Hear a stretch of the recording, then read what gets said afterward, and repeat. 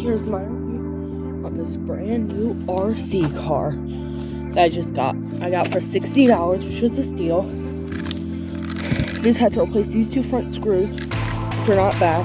They're like a pack of 10 for $6. Got two on-brand batteries, one off, and a charger.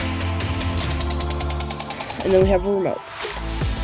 Anyways, overall, I've done this a couple times. I've used it and it works really nice. I'm about to show you. Let's go.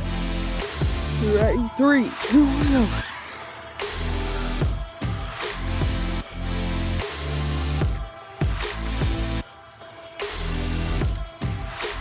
Suck.